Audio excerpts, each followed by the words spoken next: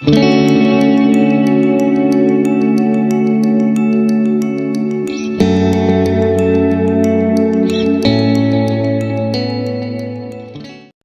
everyone, I've had some questions lately on what do I have on my altar slash how to make an altar. So today I wanted to make a video for you. I just got in my beautiful new pyramid altar space, so I'm super stoked about it and I'm going to show you around. Here it is.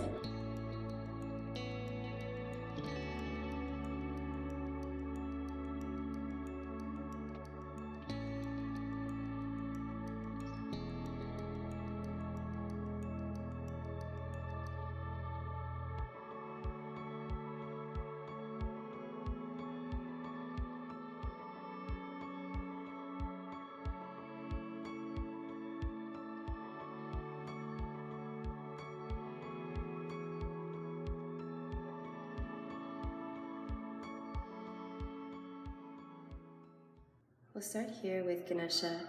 Ganesha reminds me of my own inner wisdom, my own innate ability to overcome obstacles, both in the material world and on the spiritual path. Ganesha reminds me to live in Dharma, in righteousness, to live my sacred life purpose to the fullest. Then we've got Guru Corner over here. So these are images of my teachers whom inspire me so greatly on this spiritual journey that we're taking, beginning with Ramana Maharshi, Sri Ramana Maharshi, followed by my teachers here in Bali, Ramananda and Lily, and Sri Amarkunamai. This is my teacher in India that I'll be going to see in 1 week actually and stay at her ashram. Next we have a couple of my favorite books. So if you're looking for any yogic texts, here's some good examples. Number 1 recommendation, Autobiography of a Yogi. You should definitely read that book. Next would be the Bhagavad Gita. I have a couple copies here actually. Bhagavad Gita. This is one of the classical texts of yoga. We also have any books by Swami Shivananda is really good. This book on Devi is great if you're interested in Devi, of Shakti, goddess worship. And the Yoga Sutras. This one's really important also. The Yoga Sutras of Patanjali. And next, of course, we have to have Buddha, a reflection of our own inner Buddha, our own inner state of enlightenment, nirvana. We will always use incense as representation of the air element, purifying the space and purifying our own states of awareness, coming home to the truth of who we really are. Next, I have some photos of beings that inspire me. So this is a photo of one of the recent yoga teacher trainings here in Bali. We call this Sangha, or sacred community. This is a piece of art by my beautiful friend Audra. I love this picture so much. It's like awakening and inspires me greatly. Of course, I have to have a picture of my partner Cameron and I. And this is another photo from a sacred fire ceremony that we did here in Bali. And that was, I cherish those moments with my teachers and Sangha so greatly. So of course that's on the altar. We have some sage and Palo Santo, which is similar to incense, allowing us to purify a space.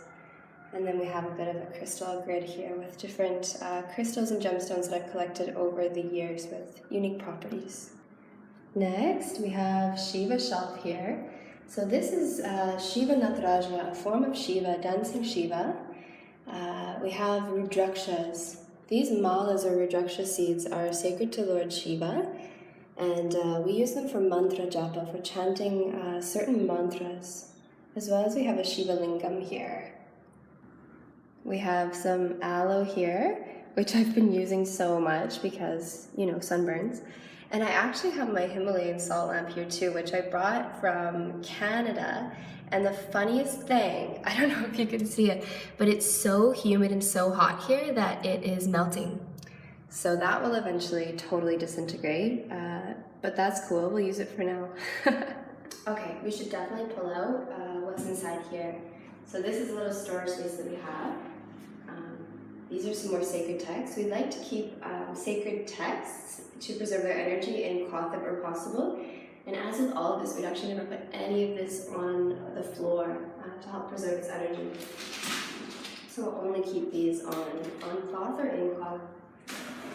So in here, what do we have? Okay, we have some extra Palo Santo. This is a sacred wood from Peru to help clear spaces. This thing right here is awesome, and if you're a meditator, you should definitely have one of these. This is called a Padma sling. Oh, this is a little sniffer to clear your sinuses before you do meditation and pranayama. So this Padma sling right here is a gorgeous tool that we can use for meditation, especially as we meditate for longer periods of time. It's made of this parachute material, and it just wraps around our lower back and around the knees and helps to hug everything in towards the center so that meditation is just so much easier. It's acting like a chair for the body, which is such a gift when you're meditating for 2-3 hours. Also inside here, another meditator's favorite is earplugs, but like good earplugs, not the foam ones, but rather the whack ones that you push right into your ear and it will block all the sound, which is super helpful when you're meditating for longer times. We have a bunch of incense. Actually, some of this is still from when I went to India years ago. I just brought these from Canada back to Bali. So lots of different incense. My favorite kind of incense, you guys, is Nag Champa.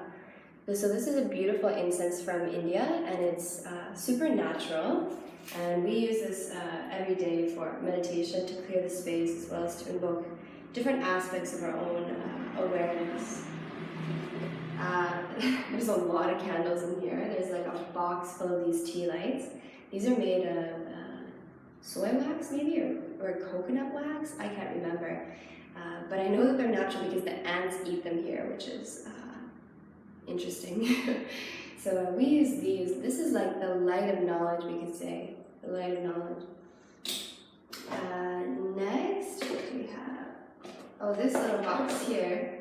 So in this little box, wrong way, we have, I don't know if you can see, these are some sacred substances that we use. So first, this one here is kumkum. This is a red powder. We will dot this over our Anya chakra, over the third eye, and we use these special sticks to place it on there. These sticks are, this tree is sacred to Shiva again. And we also have some sacred ash, and this is such a gift. My teacher gave me this. This is from a special homa or fire ceremony by our teacher in India. So we use this to balance our energy and has great protection and great blessings. Inside of this one is, we have some vibhuti. Vibhuti is in this bag here. These are all products of prasadam. So prasadam from sacred ceremonies and rituals performed usually in India, although they're done everywhere.